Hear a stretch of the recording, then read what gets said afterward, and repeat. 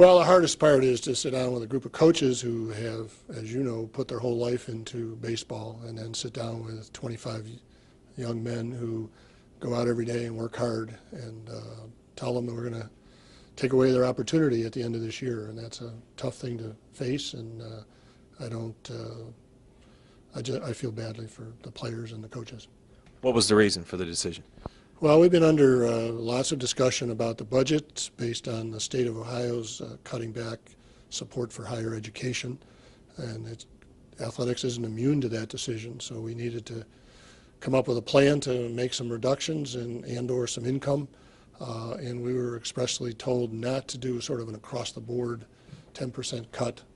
So the rest of that question is why baseball, and it's a combination of not having an on-campus field. It's our third most expensive sport, and it's getting tougher and tougher to compete in Northeast Ohio given the weather, and you really need to have the money to go south.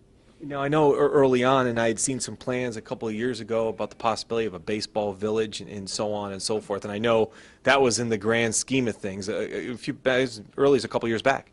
Yeah, I think it was out there, and I think there was a lot of enthusiasm among the baseball people about it, but really nobody stepped forward to fund it, and therefore it sort of died on its own in terms of not generating any support. How tough for you to face the group that you had to face today, and what was it like to kind of go in front of the coaches and players? Well, I was surprised that they weren't more outspoken and more emotional. They generally ask good questions. Why baseball? Why now? Any other sports? Answer no. Was this a Title IX decision? No, it's strictly a budget decision. So they asked good questions. We committed that we would help the coaches in every way possible in terms of their moving forward in their career, and we committed to the players to keep their scholarships going forward if they choose to finish their degree at Cleveland State. Any chance in the future that baseball will come back?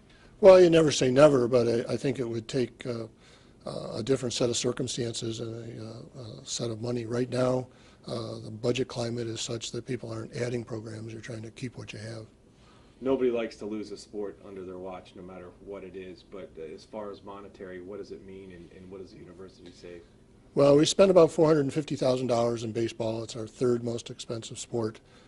We will save next year, we're anticipating about $350,000 because we'll keep $100,000 to fund the scholarships, but over a longer period, we will save the full $450,000. And you hope it comes back?